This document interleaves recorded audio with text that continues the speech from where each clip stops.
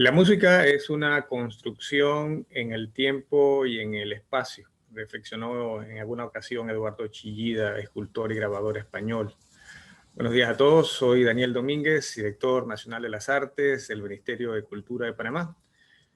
En el año 2020, pues todos los concursos que tiene a su cargo la Dirección Nacional de las Artes se hicieron de manera digital, es decir, se hizo de forma electrónica todos los procesos vinculados al Roberto Lewis, de artes visuales, del Ricardo Miró, de literatura, el Roque Cordero de composición musical, el Gustavo Batista Cedeño para poetas jóvenes menores de 35 años y el Carlos Francisco Chanmarín de literatura infantil y juvenil.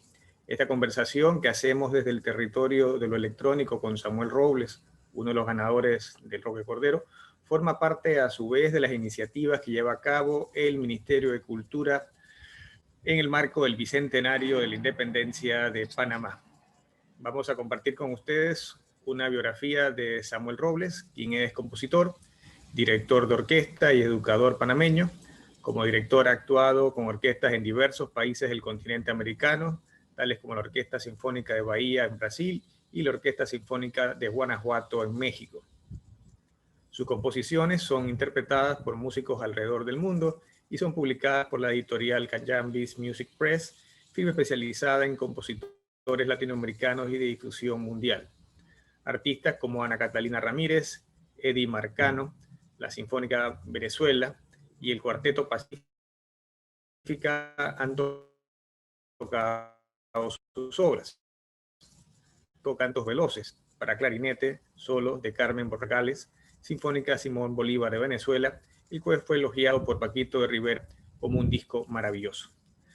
Samuel es ganador del Premio Nacional de Composición Musical Roque Cordero en el 2020 por cantata para un soldado, para soprano y ensamble mixto, y en 2018 obtuvo el Roque Cordero también por Requiem por los Hijos del Cañaveral para coro mixto y percusión. Además tiene 3 menciones de honor en el Roque Cordero, en el 2020 en solo por Danza de la Aurora para arpa y en 2019 con las obras Sur y Veraguas para banda y orquesta sinfónica respectivamente. Samuel ha participado en más de una veintena de grabaciones como intérprete, como compositor y director.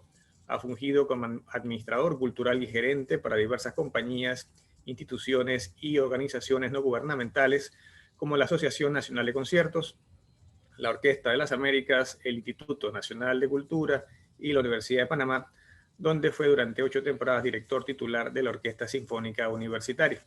Samuel además es doctor en música por la Universidad de Northwest, además de haber obtenido maestría en historia en la Universidad de Chicago, maestría en composición musical en la Universidad de Cincinnati y licenciatura magna cum laude en ciencias de la comunicación en la Universidad Santa María la Antigua. Samuel es miembro del Grupo Salamanca de Investigación en Museos y Patrimonio Iberoamericano. Entonces, lo primero para Samuel es darle las gracias por participar en este ciclo de conversatorios que está llevando a cabo la Dirección de las Artes. Y lo siguiente es que hagamos un periplo por el pasado y nos comentes cómo fueron tu primera relación o tus primeras relaciones con la música, si provienes de una familia musical, cómo llega la música a tu vida, Samuel. Bueno, primero muchas gracias a ti, Daniel, y al Ministerio por tener esta serie de conversatorios que me parece que es muy bueno para nosotros, para tener esta plataforma de hablar acerca de lo que hacemos. Muchas veces el trabajo creativo que hacemos, tanto artistas visuales como escritores o compositores, es un trabajo muy privado, un trabajo que se hace desde la intimidad, y es una linda oportunidad para que el público tenga una ventana hacia lo que nosotros hacemos. Bueno, yo comencé con la música temprano, pero quizá tarde para ciertos estándares de la música. Yo desde los 10 años estoy en esto y mi primera relación con la música antes de comenzar a estudiarla fue de 2 maneras, ¿no? Una manera fue que mi papá tenía un montón de discos en la casa, ¿no? Y muchos de esos eran discos heredados de mi abuela.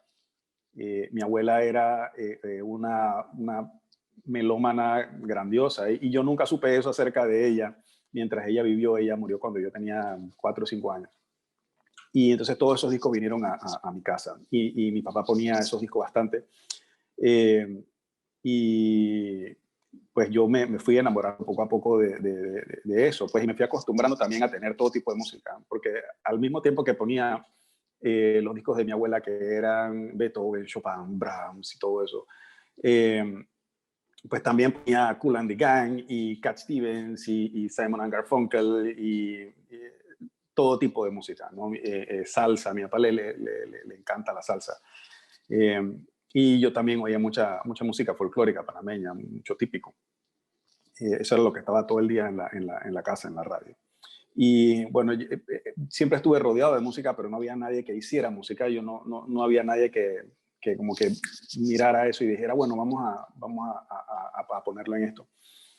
Eh, la segunda forma en la que yo me relacioné con la música bien temprano fue a través del ballet, porque tengo una prima que bailaba ballet, era fantástica bailarina, y ella bailaba con Josefina Nicoletti en Colón, y pues nosotros íbamos a ver los shows de fin de año de la academia, y recuerdo muy claramente los años en los que ella pues ya estaba como que en el top de la academia y le tocaba hacer los papeles principales y eso en la función. Y entonces hicieron El Lago de los Cisnes, ¿no? de Tchaikovsky, un ballet eh, profundamente emocional, o sea, una historia sumamente trágica, que tiene muchos matices y tiene mucha oportunidad para como que desarmar y volver a construir la condición humana, ¿no? Y yo quedé fascinado, estoy hablando como a los 7, 8 años, quedé fascinado con esa habilidad que tenía la música de contar las cosas, pero sin decir nada. O sea, no, el ballet no hay palabras, hay movimiento, eh, pero era esta música que se me quedó, ¿no? Adentro de la piel y yo salía de ahí, pero así como que lleno de, de esa efervescencia, ¿no? De querer saber cómo hacer eso, ¿no? Y ahí comenzó todo, ¿no? Yo, desde que yo comencé con la música, mi interés era hacerla. Y bueno, pues después de eso pasaron los años y eh, pues ya comencé a estudiar órgano y piano y por ahí me metí. Ya el resto es como dice mi historia, pero siempre estuvo dentro de todas las cosas que hice el deseo de entender la música por dentro y hacer música, ¿no? Entonces, siento que es muy importante y todavía se cuela en todas las cosas que yo hago. Toda esa música que yo conocí cuando yo era chiquito con mi papá y ese amor por la capacidad de la música de contar historias, ¿no? La capacidad narrativa de la música y la capacidad también de desenterrar emociones y traerlas a flor de piel de tal manera que quizá uno no puede ni siquiera traducirlo en palabras, uno no puede comentarlo, pero uno lo está sintiendo, ¿no? Es una cosa visceral y es una capacidad que tiene la música, pienso yo, más allá del lenguaje. Samuel, ¿cuándo pasas de escuchar los discos de tu abuela, los discos de tu papá, de escuchar música en la radio y decidir componer y contar tus propias historias desde tu propia creación? Yo comencé a estudiar con el maestro Agustín Ortega cuando tenía quizá 13, 14 años por ahí.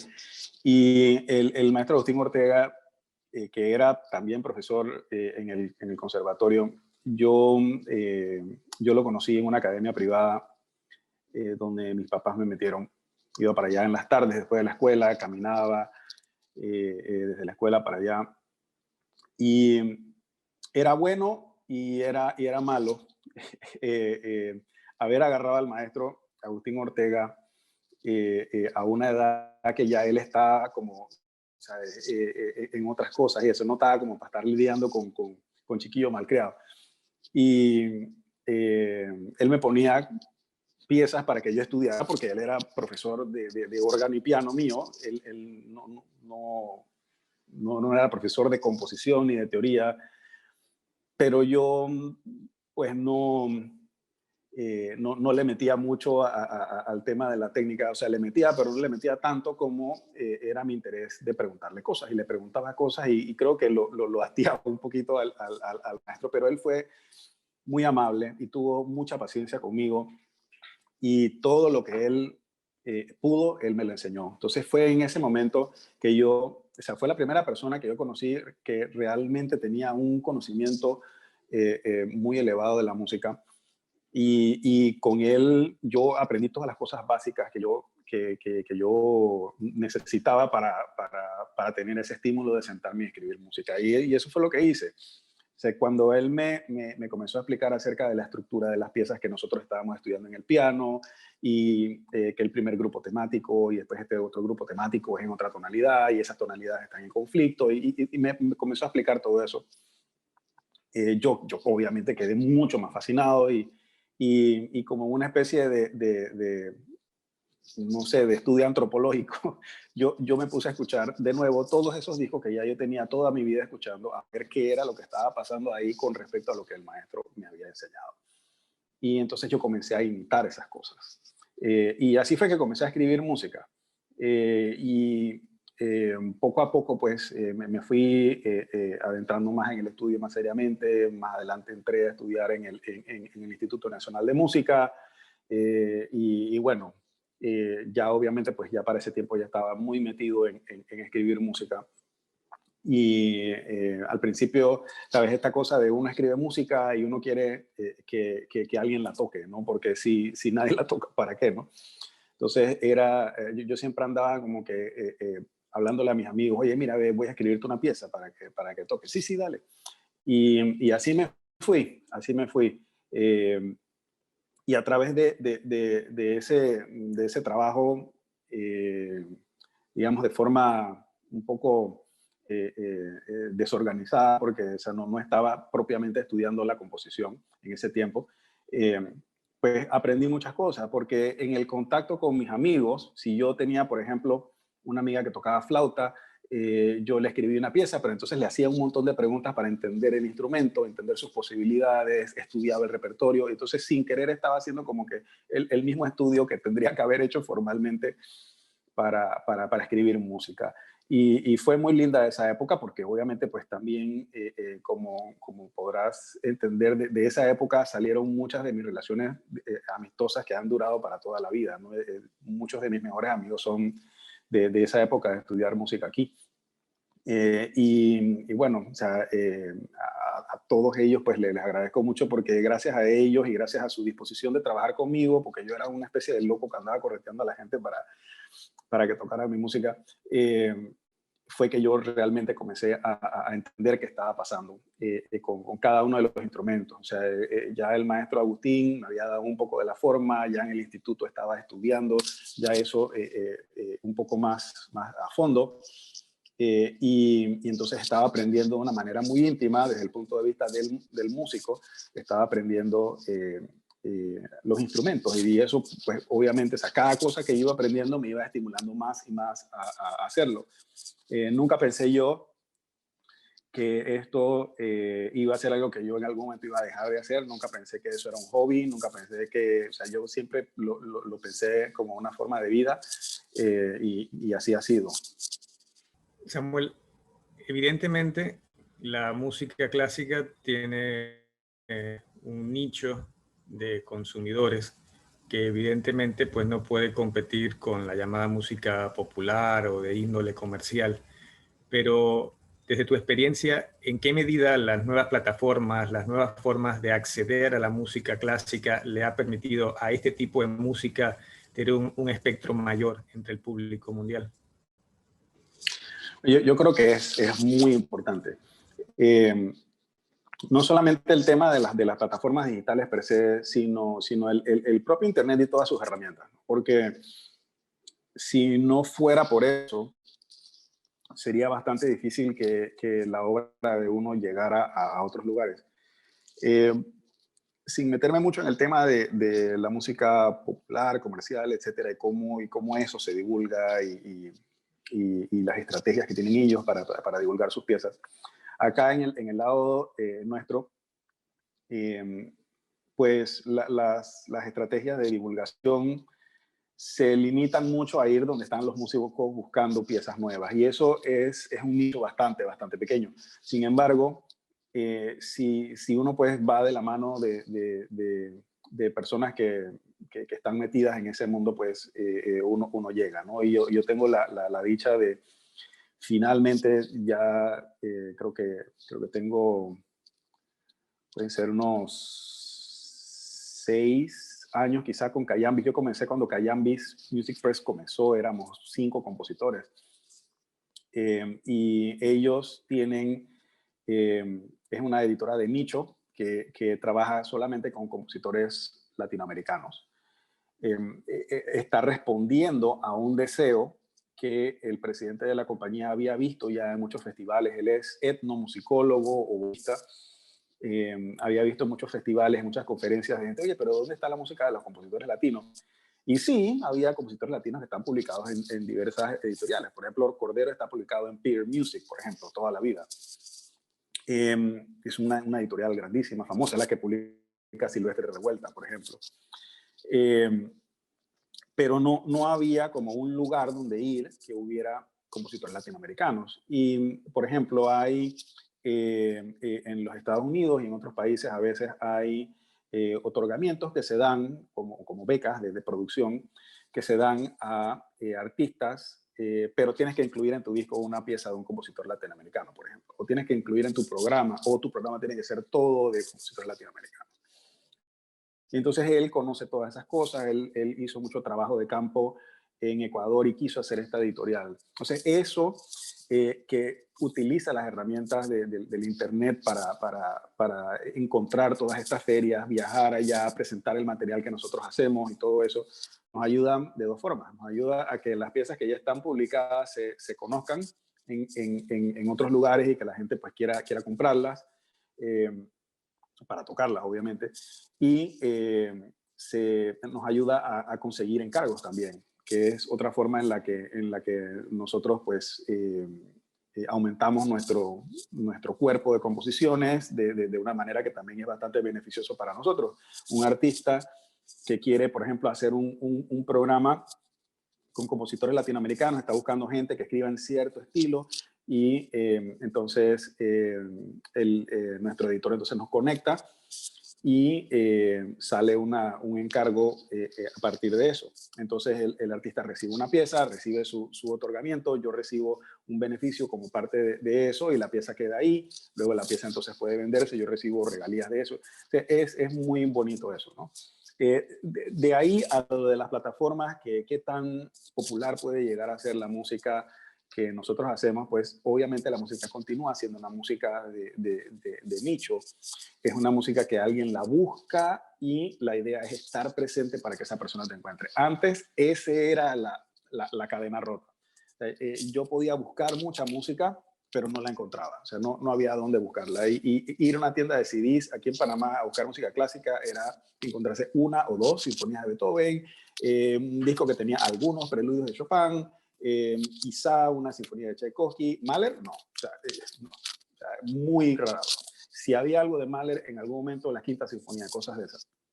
Pero uno no podía encontrar en una discoteca aquí en Panamá un disco de Witold Lutosławski, por ejemplo, que ya pasó hace tiempo y murió hace no sé cuántos años, pero continúa siendo pues siglo XX, vanguardia, posguerra, etcétera. Esa música muy interesante. Bueno, eso no había, eso había que ver cómo uno hacía para conseguirlo, y cuando alguien lo tenía, entonces uno se lo tenía que pasar por la piratería. Yo no dije eso.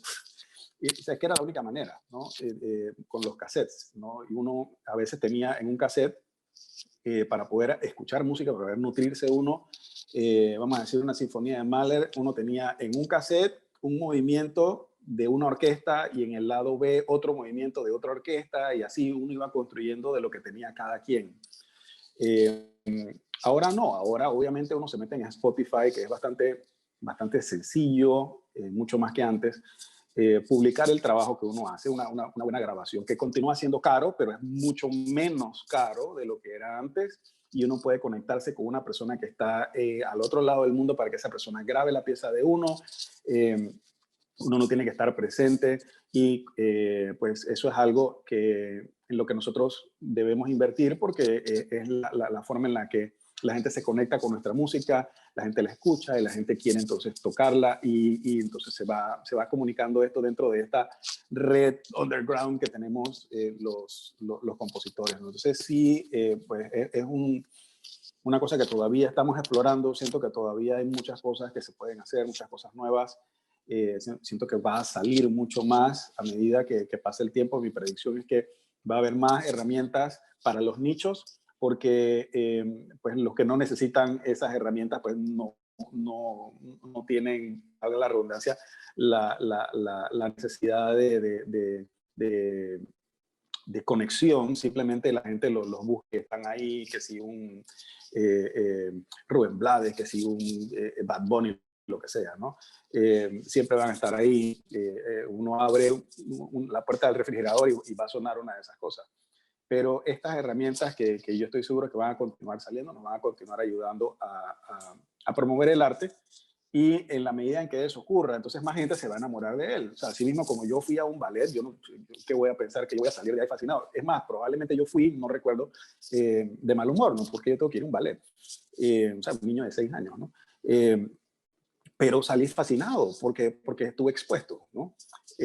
Dicho eso, me robo un poquitito más ahí, otro twist más de la pregunta, que en realidad el hecho de que yo estuviera expuesto a eso fue una casualidad. Pero nosotros podemos hacer cosas para que los niños estén expuestos a la música.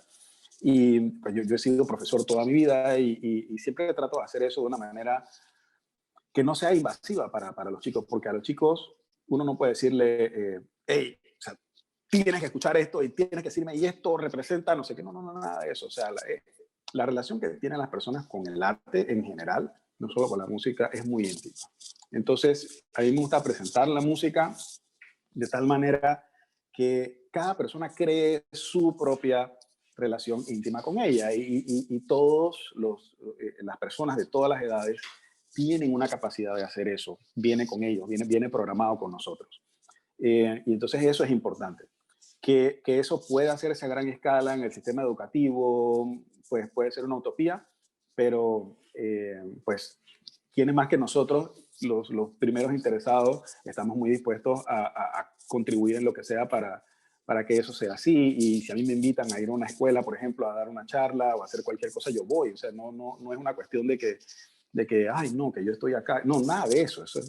A nosotros lo que nos gusta es que la gente le guste la música, y todo el mundo viene programado para eso. Sentimos que en la medida en que más gente lo conozca, más gente se va a enamorar de eso. Samuel, sin duda has mencionado una serie de autores vinculados con la música. ¿Estos o algunos otros han sido influencias musicales para ti? No importa cuál género estemos hablando. Sí, con toda certeza. Uno como artista siempre está hecho de influencias, ¿no? Parado sobre los hombros de gigantes, ¿no? Como quien dice. Y pues las influencias son muchas. Hay influencias muy generales, ¿no? Por ejemplo, yo no puedo decir nunca que me puedo liberar de la influencia de Beethoven, por ejemplo. No tanto en una cuestión de estilo, porque pues el estilo, la superficie, digamos, de la música que yo escribo es muy diferente a lo que él escribía, obviamente.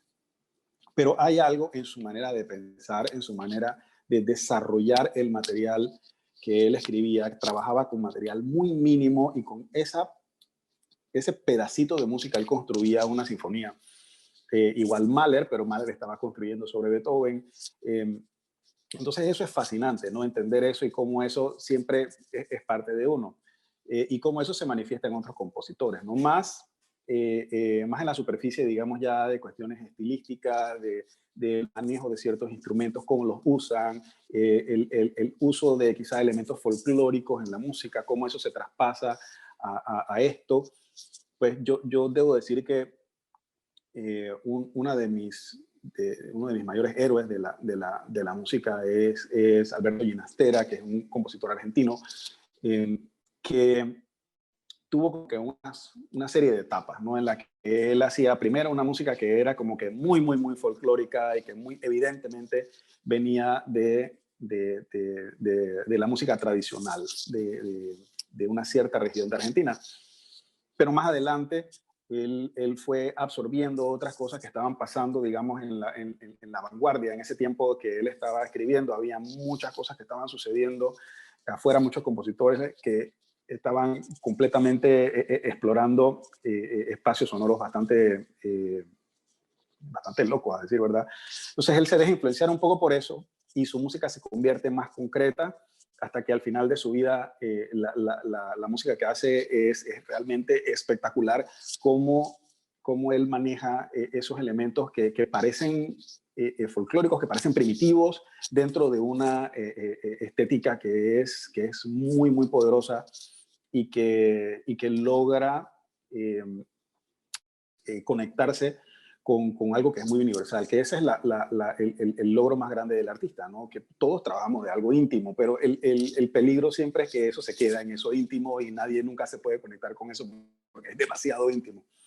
Entonces, me gusta mucho cómo Ginastera, pues, las estrategias que él tiene para universalizar eso que él tiene, que es muy íntimo. No quiere decir que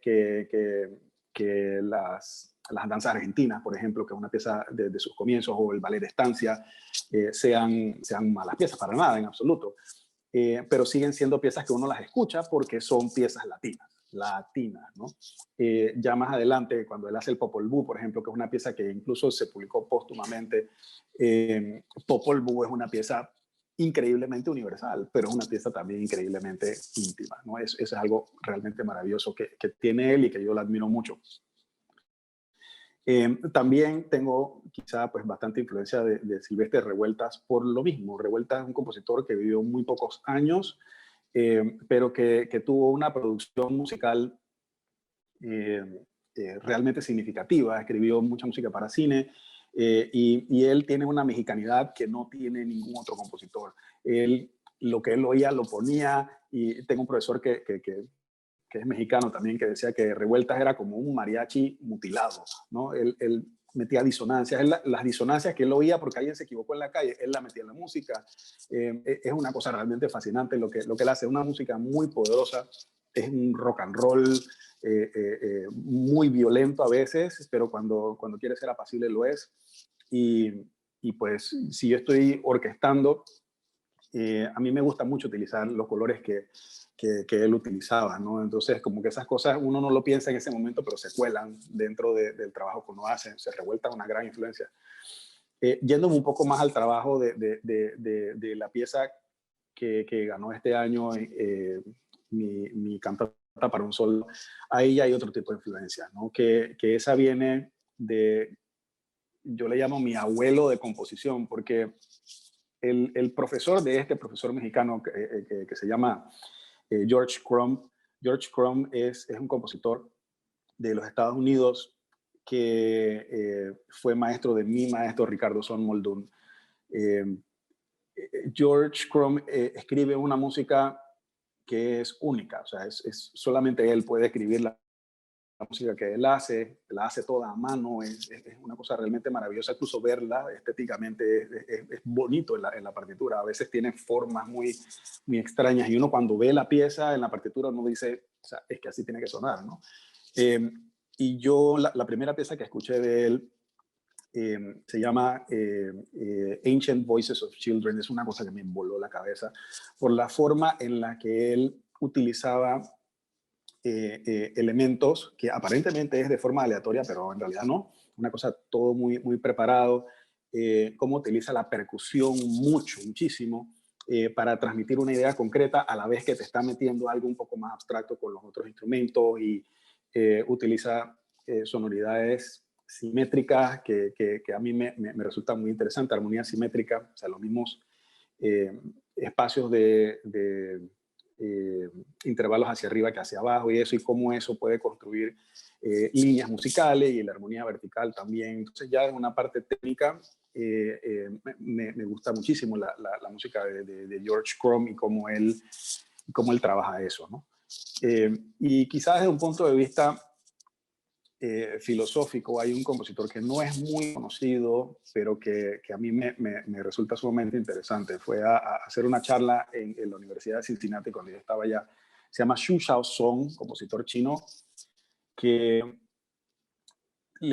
trabaja mucho con una estética que parece como si hubiera sido extraída de la ópera de Pekín, ¿no? Es realmente visceral la música de él, porque a veces hay unos periodos de silencio o de eh, eh, una textura muy tenue, muy transparente, una música que se mueve muy lento y de repente hay como que estos estruendos que lo, ¿no? que lo retuercen a uno cuando uno escucha, pero todo tiene su conexión con algo que es extra musical y normalmente, bueno, por lo menos muchas de las piezas que yo conozco de él tienen que ver con historias folclóricas y eso. Entonces hay esa conexión muy fuerte de el impacto del mensaje de la historia con el impacto físico del que la música está produciendo en la persona que la escucha. Es una música muy de impresiones, muy teatral, y necesariamente pues cuando los músicos están en el escenario tocándola, porque es difícil verlo claramente solamente oyéndolo, ese movimiento que los músicos tienen en el escenario yendo de un instrumento a otro y conectándose los unos con los otros, eso es parte de la música y visualmente es una cosa realmente maravillosa, ¿no? Entonces eso pues también me impresionó muchísimo y cosas de esas pues siempre se siguen colando en mi estética. Y bueno, el ballet sigue siendo una influencia tremenda, ¿no?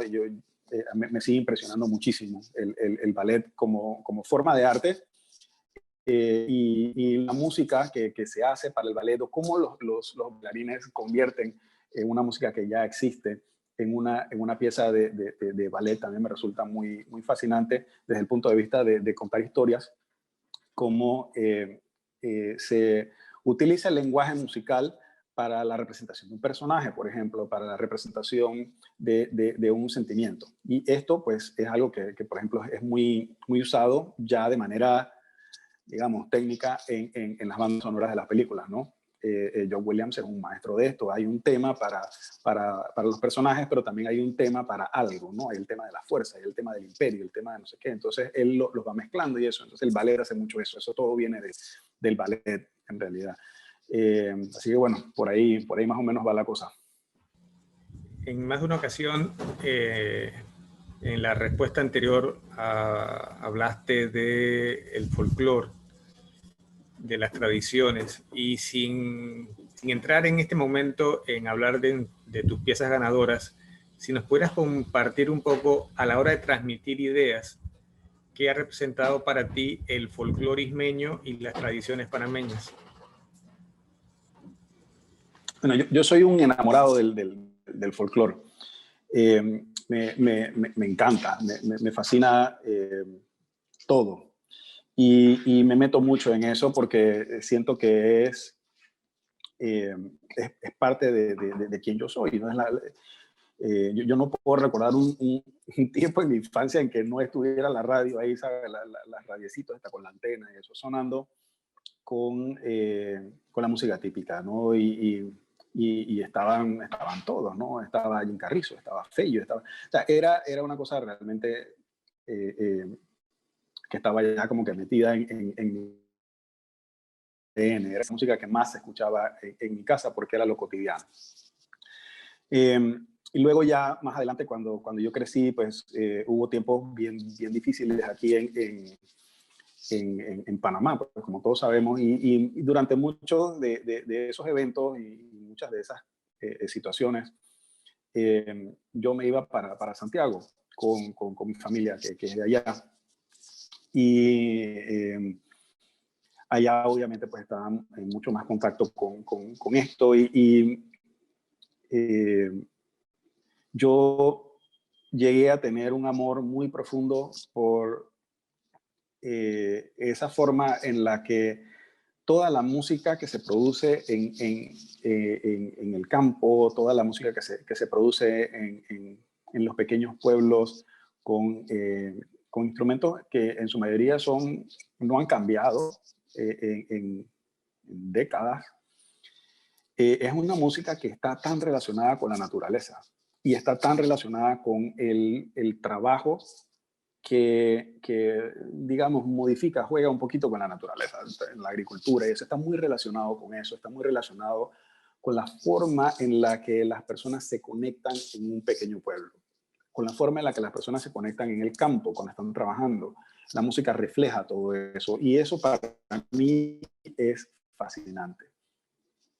Las danzas también se puede decir lo mismo, las danzas reflejan todo esto también. Una danza de cortejo, como el punto, está reflejando cómo se cortejaba, ¿no? En un ambiente como este. Y asimismo hay danzas que representan el trabajo y danzas que representan... todo esto para mí es realmente fascinante. La música hace lo mismo, solamente que no es tan claro porque no tiene la ayuda visual, pero lo hace, lo hace.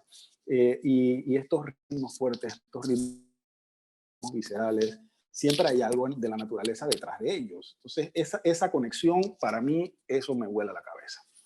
Y eso es algo que es un motor dentro de la música que yo hago. Y muchas veces,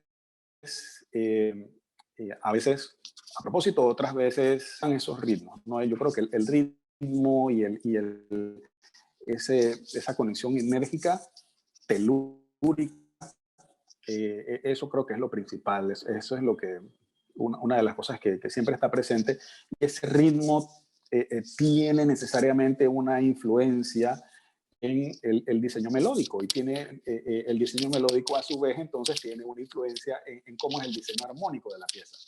Entonces, pues el ritmo es esencial, y ese ritmo pues siempre está con uno, y no tiene que estar como si están muchas de mis piezas, por ejemplo, que si hay un bien atravesado ahí, se nota, y sí lo puedo ver, si lo escucho, mira, está ahí en el piano, el atravesado, qué chévere. Pero a veces no está así, a veces está más profundamente enterrado, a veces está desarmado, a veces yo el ritmo lo retuerzo, o lo incluyo de tal manera que es una base muy larga, lo estiro dentro de una pieza y le está dando una estructura como si fuera un cantus firmus de un motete medieval, una cosa así, pero en ritmo. Y eso es lo que le está dando la estructura interna a la pieza. Entonces es como una herramienta para mí, y eso entonces a su vez genera un diseño melódico, eso genera un diseño armónico, y sí, está profundamente metido en mi música. De eso se trató mi tesis doctoral, de hecho, ¿no? Cómo esa música nutre a la música que hacemos los compositores, a falta de una mejor palabra, los compositores clásicos.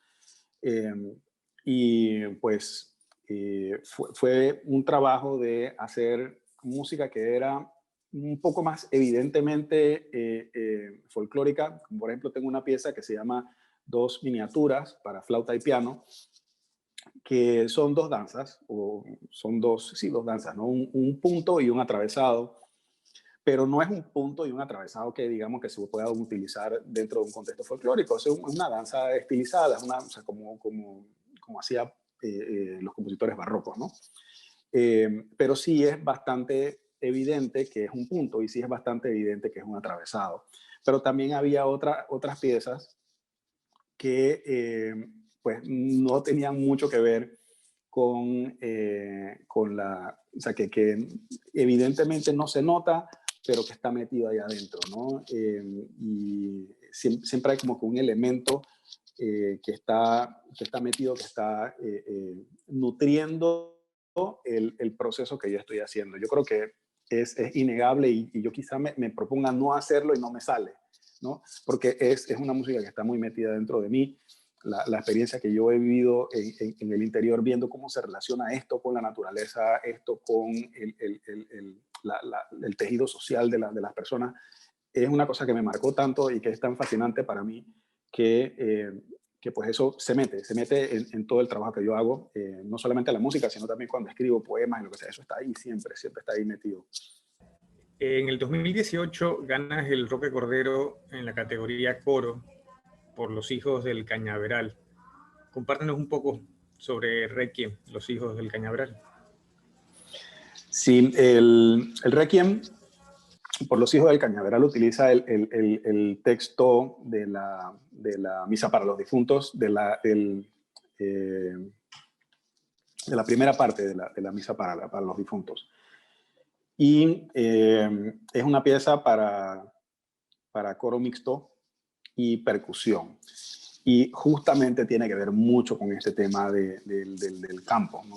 Una de las cosas que a mí me impresionó mucho fue cuando yo conocí los ingenios en el interior, ¿no? La primera vez que yo pasé por un ingenio así de cerca, ¿sabes? Uno, antes del antiguo ingenio Felina, ¿no? Los que dejamos caer la cédula nos acordamos de eso.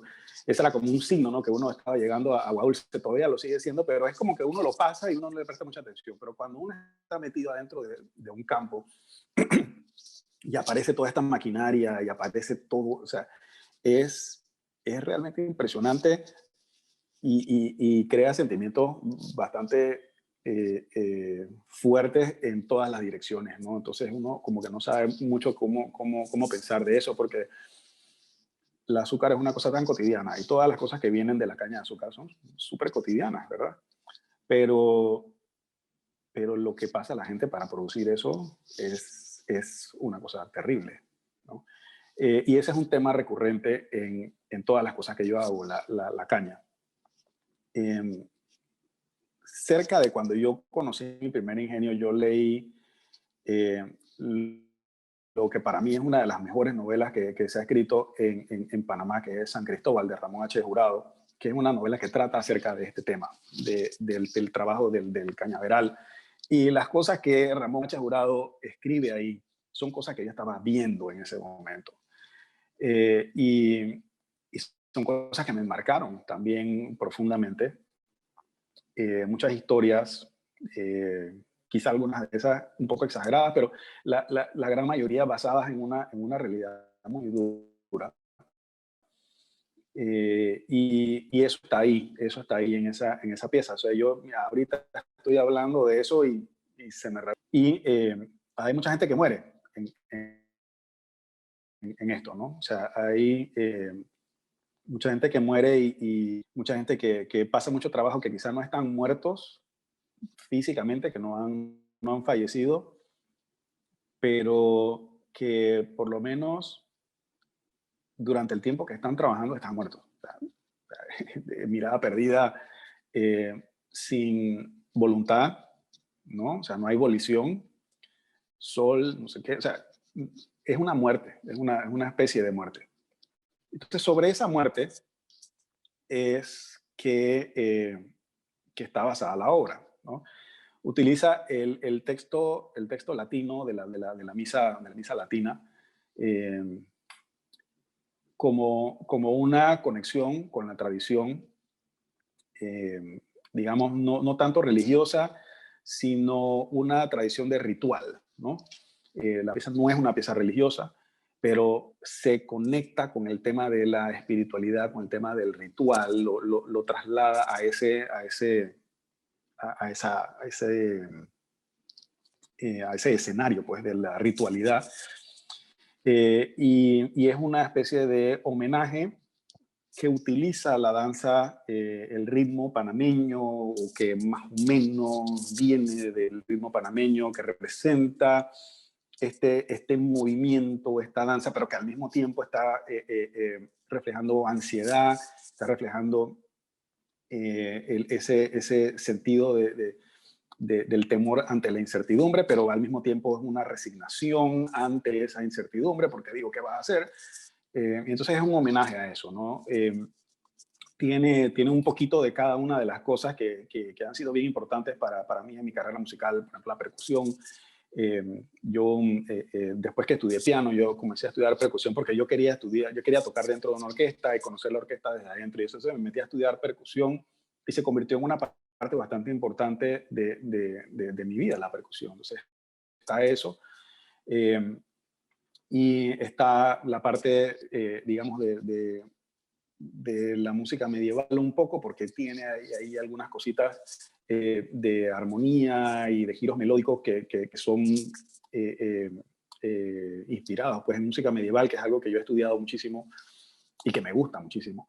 Y tiene pues esta parte profunda de los ritmos panameños y de presenciar el trabajo de la caña de azúcar y de ver esta muerte en vida y de cómo algo tan cotidiano, tan trivial, yo estoy aquí tomando café y ahí está el azúcar, ¿no? Y puede estar teñido por esto, ¿no? Quizá pues las cosas van mejorando todos los años y eso, pero nunca es fácil. Nunca es fácil y nunca va a ser fácil. O sea, este es un trabajo que por su naturaleza es complicado y por su naturaleza es peligroso, como muchos trabajos, ¿no? O sea, no vamos a vilificar tampoco ningún trabajo. La gente le gusta comer tuna, pero no sé si han visto el programa de los atuneros, ¿no? Cómo ellos hacen. Es una cosa terrible también, ¿no? Entonces, hay esa dicotomía en todas las cosas que el hombre hace, porque hay esa dicotomía en el hombre. Y la pieza no tiene ningún tipo de postura ni a favor ni en contra. Es una pieza que está reaccionando a algo que yo conocí y que eso puede o no ser un elemento importante a la hora que alguien la escucha, ¿no? Y que esa es la parte bonita de lo que nosotros hacemos, que, como dije anteriormente, cada persona tiene una relación íntima con el arte, y una obra de arte es no solamente una, se reproduce la cantidad de veces que una persona la escucha. Incluso yo escucho una pieza hoy, o yo veo una pintura hoy y la veo dentro de 10 años y ya no es la misma pintura, para mí. En la categoría Banda Sinfónica del Roque Cordero del 2019 obtienes una mención honorífica por Sur, un poema sinfónico para banda. En ese mismo 2019 tienes otra mención honorífica por Veraguas. Y en el Roque Cordero 2020 obtienes una tercera mención honorífica por Danza de la Aurora. Háblanos brevemente de cada una de estas tres piezas. Y el Sur es una pieza que es un homenaje a mi abuelo y a su tierra. O sea, mi abuelo es de Puerto Vidal, que es un pueblo minúsculo en el sur de Veraguas, casi en la frontera con Chiriquí. Es un puerto pluvial, un puerto que da a un río que eventualmente pues da a la vertiente sur de Veraguas, y por ahí salen barcazas y eso, llevando suministros a las islas que están por ahí cerca, ¿no? Pero es menos conocido que su contraparte famoso de Puerto Mutis, ¿no? Mucha gente conoce más Puerto Mutis, es más fácil llegar y eso. Pero Puerto Vidal es una cosa súper pequeña, ¿no? Y no es un puerto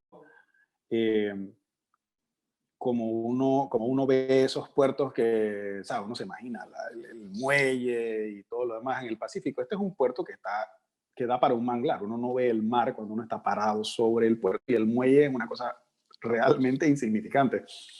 Sin embargo, de esa insignificancia, ahí salió mi abuelo, que lo más grande, obviamente. Y pues con los años yo he ido conociendo mucho esta tierra y esta vertiente, y yo me he enamorado mucho de esa tierra y de ese mar. Y Sur tiene que ver mucho con eso, tiene que ver mucho con esa conexión de la tierra con el mar. La conexión de la tierra con el mar en la playa, en el manglar, en el río, y entonces es como que una pintura, una pieza quizá un poco impresionista desde ese punto de vista, la conexión que tiene el mar con nosotros, a esa tensión que hay del río entrando y de la marea entrando en la dirección contraria, así. Entonces de eso se trata la pieza, ¿no? Las melodías, las armonías, todo está guiado hacia representar alguna de esas cosas, ¿no? Y es como si yo lo quisiera trasladar como una pintura, para mí era como ver una pintura de Turner, esa pieza, ¿no?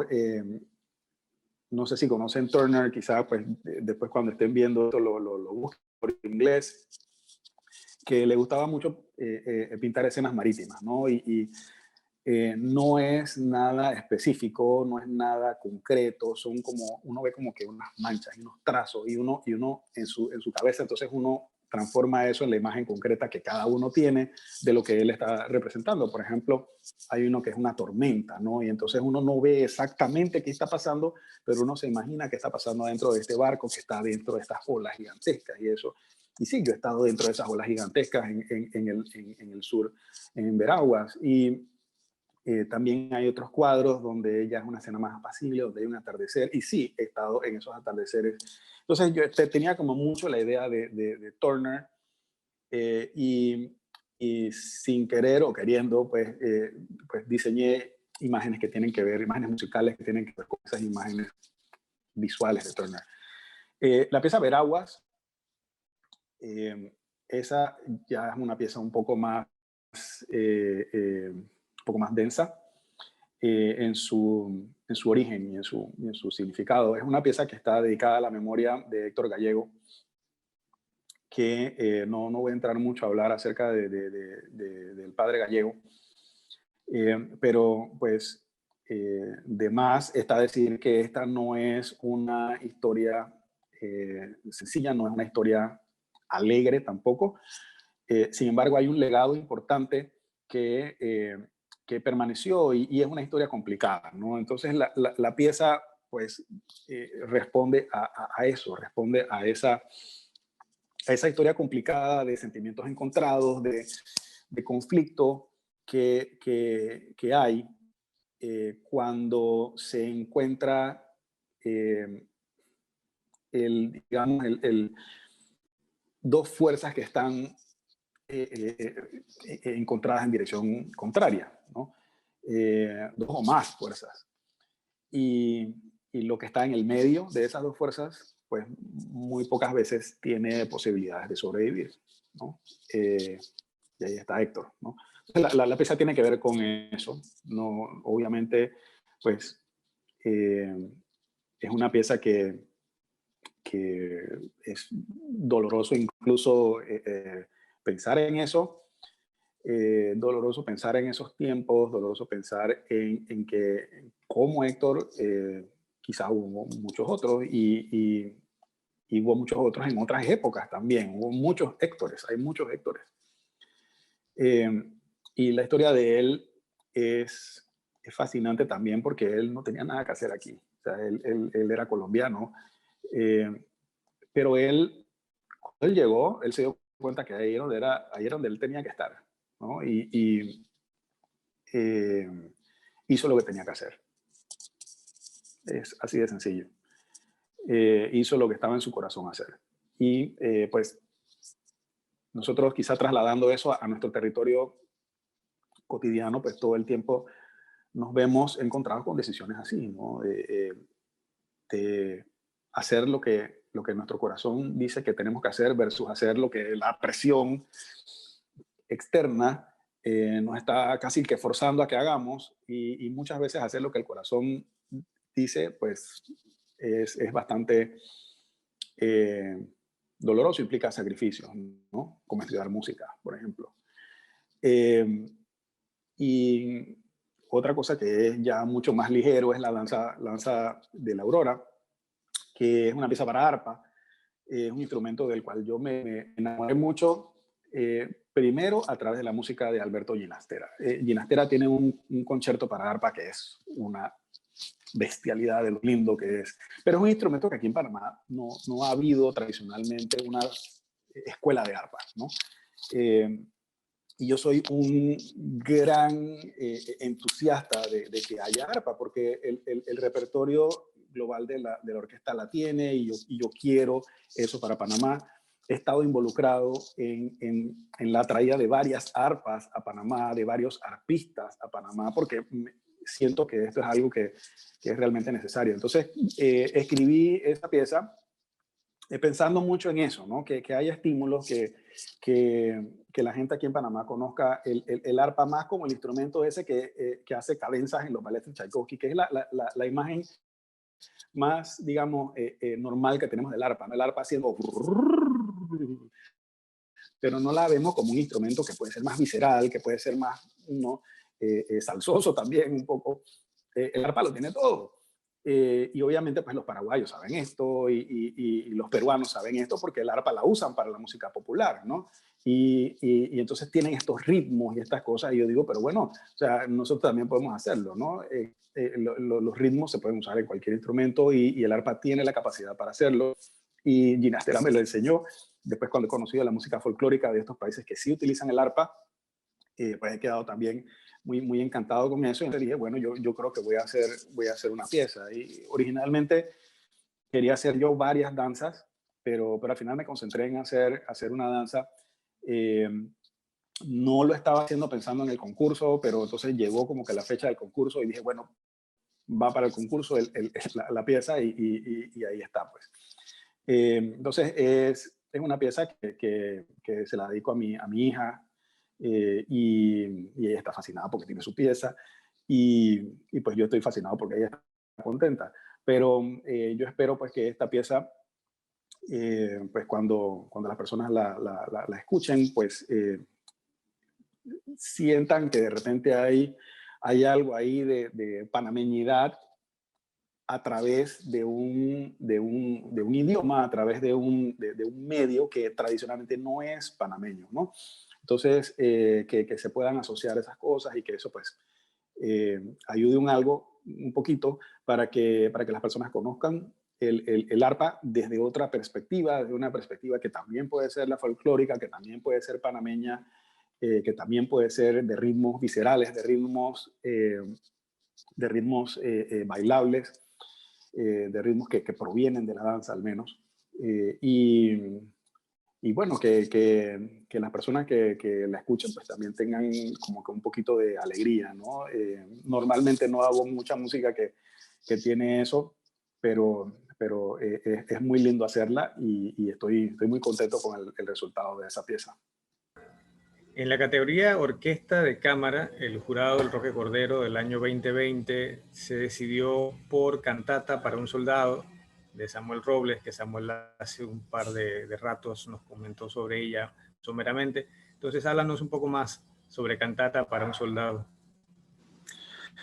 Sí, hace algunos años, eh, una muy buena amiga que se llama Sofía García. Ella me habló porque sabe que a mí me gusta mucho el tema de la guerra y estudiar acerca de esto, ¿no? Y ella me habló acerca de un tatarabuelo suyo que peleó en la guerra de Coto, ¿no? Y yo dije, wow, o sea, cuéntame más, ¿no? Y ella me dice, bueno, yo no sé todos los detalles, pero está en una revista Lotería. Sofía no estaba aquí en ese tiempo, en Panamá, estaba afuera. Y yo dije, bueno, voy a la revista Lotería a buscar, ¿no? Entonces me fui a la Biblioteca Nacional con el nombre del tatarabuelo de ella, y el tatarabuelo de Sofía resultó ser Laureano Gasca, que es uno de los grandes héroes de la guerra de Coto. Una guerra que, bueno, no me voy a meter en la parte política de cómo eso terminó en un escritorio, ni de por qué fue, ni nada de eso, porque mi tema y mi interés no es tanto eso, sino la parte humana, ¿no? Las reacciones de las personas ante las situaciones extremas, ¿no? Esa es una cosa que siempre me ha gustado a mí estudiar y aprender y ver arte que tenga que ver con eso, y cine que tenga que ver con eso, novelas que tengan que ver con eso, ¿no? Como Por quién doblan las campanas, o sea, cosas de esas. Y pues cuando llegué a la biblioteca y comencé a leer esta revista Lotería hablando acerca de lo que había hecho Laureano Gasca con su gente, o sea, es una cosa que es realmente increíble porque no había como que un gran entrenamiento militar ni nada de eso, pero eran sumamente inteligentes. Como dice, yo voy a dejar que las personas investiguen si quieren acerca de Laureano Gasca, quizá de repente puede poner un subtítulo para que la gente lo vea e investigue. Pero cuando yo me senté a hacer la pieza, con la idea de estos soldados que no tenían ni idea de lo que era enfrentarse en una guerra como esta, con una tecnología que estaba cambiando mucho después de haber pasado por la desgracia terrible que fue la Gran Guerra, porque estuvo ahí cerquita, y decir, ¿sabes qué? Yo voy, porque hay que ir, ¿no? Eso es lo que dicen todos los soldados cuando comienza la guerra. Yo voy, y van, ¿sabes? Cantando, y la poesía de la Primera Guerra Mundial, cuando los ingleses están cruzando Pas de Calais para ir a Bélgica, vamos a defender a Francia, no sé qué. Ellos están felices, ¿no? Heroicos y no sé qué. Pero después que suenan las primeras ráfagas y caen las primeras bombas, y entonces ya la poesía cambia. La poesía de los poetas de la Primera Guerra entonces cambia mucho. Entonces yo me metí a trabajar la pieza con esa idea, y lo primero que hice fue el poema de la pieza. Un poema en 3 cuadros que es un poco eso, ¿no? Es un poco las 3 etapas de la guerra, ¿no? Cuando el soldado va lleno de este furor y convencido de que puede hacer algo, incluso su muerte puede lograr una gran victoria, un gran algo, y dentro de eso hay un poquito tú sabes, del ego, de ser reconocido y todo lo demás, pero ese es un 1%, el 99% es completamente solidario, ¿no?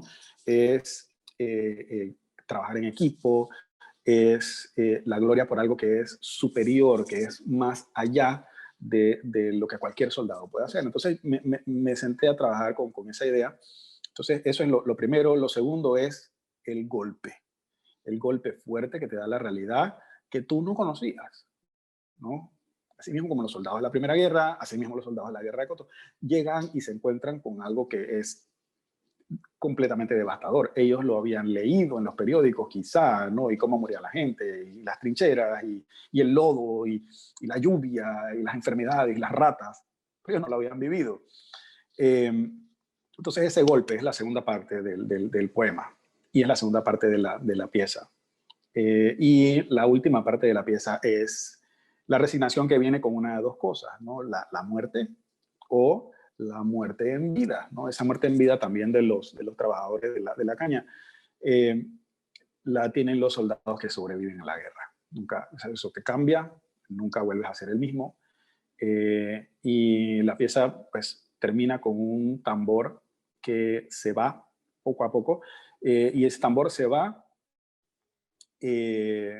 pero uno tiene la impresión de que se va con el soldado, ya sea con el espíritu del soldado o se va con el soldado vivo arrastrando los pies después de pasar por esa experiencia traumática. Entonces la pieza tiene el diseño de tirar a uno a la guerra, ¿no? Uno abalanzarse sobre este objetivo que uno piensa que es la cosa más noble del mundo, ¿no? Uno es soldado, uno va y uno dice esto, ¿no? Uno va con ese ímpetu, con esas ganas de hacer la diferencia, de ser la diferencia.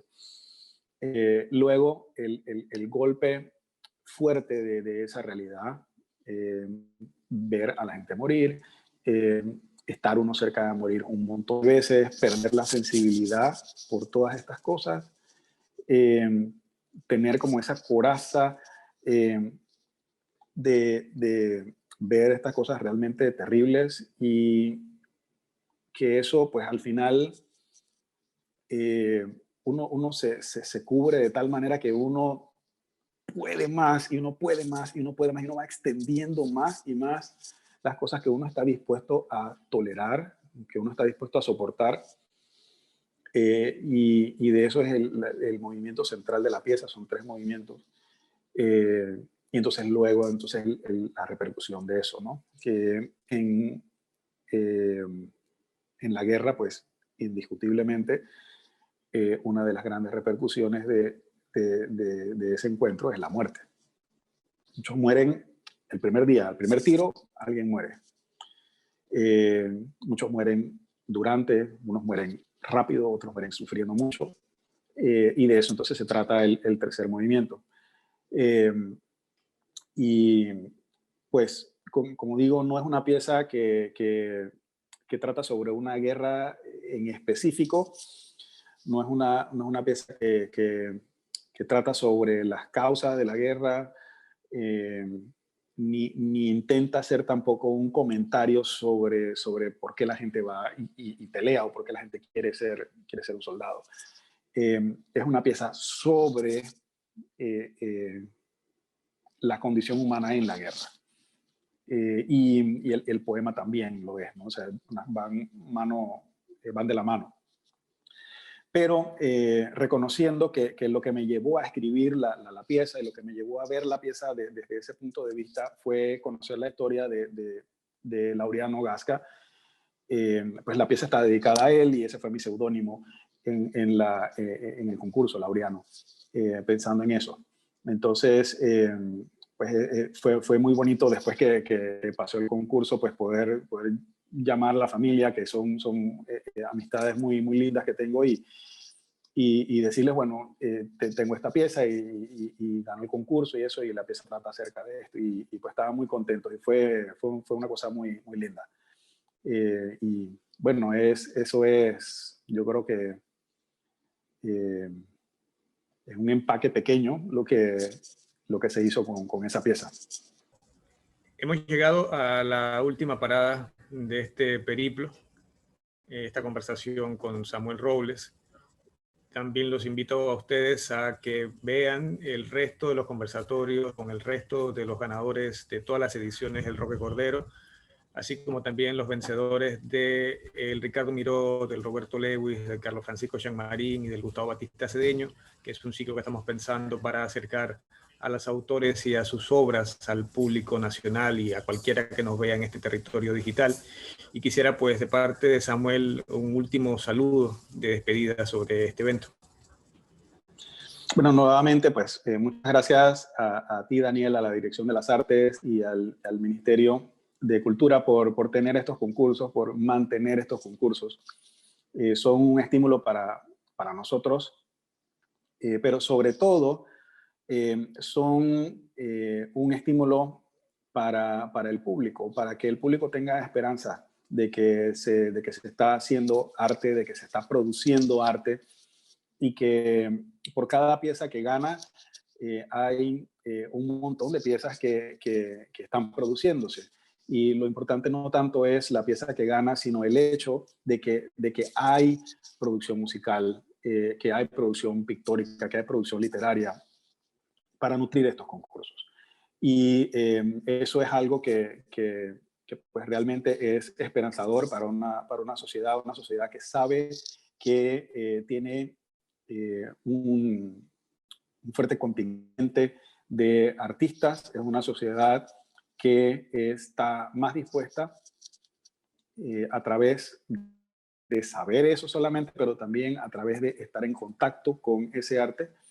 Es una sociedad que está más dispuesta a ser sensible, es una sociedad que está más dispuesta a escuchar, es una sociedad que está más dispuesta a crecer. Y esa es la esperanza de nosotros, los artistas, esa es la esperanza de todos los que hacemos arte, que estamos involucrados de alguna manera. Y pues parece una cosa como de sueño, pero sabemos que es así porque vemos la transformación de las personas cuando se exponen al arte, vemos la transformación ocurrir casi que frente a la mirada y sabemos que es posible.